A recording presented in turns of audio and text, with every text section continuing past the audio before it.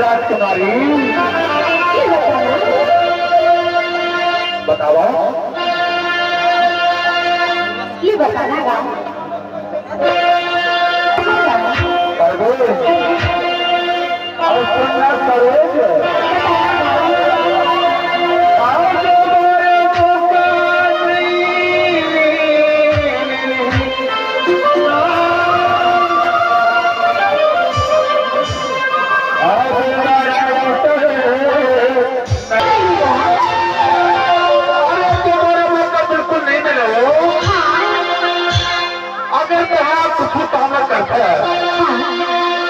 आगे कर ले। सही बात है ना? सही बात है।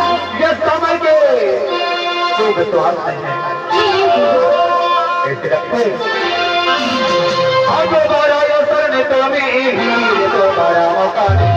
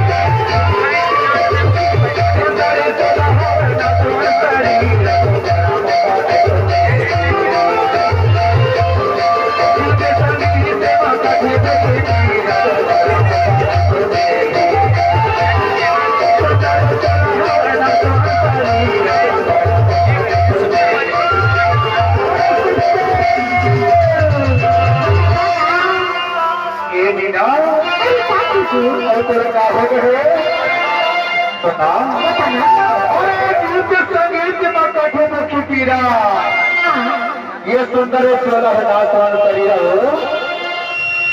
तो बड़ा मौका नहीं मिल रही। अरे नहीं मिलेगा। कर दे करना कर दे अरे कर देगी। झूठ नहीं बोला।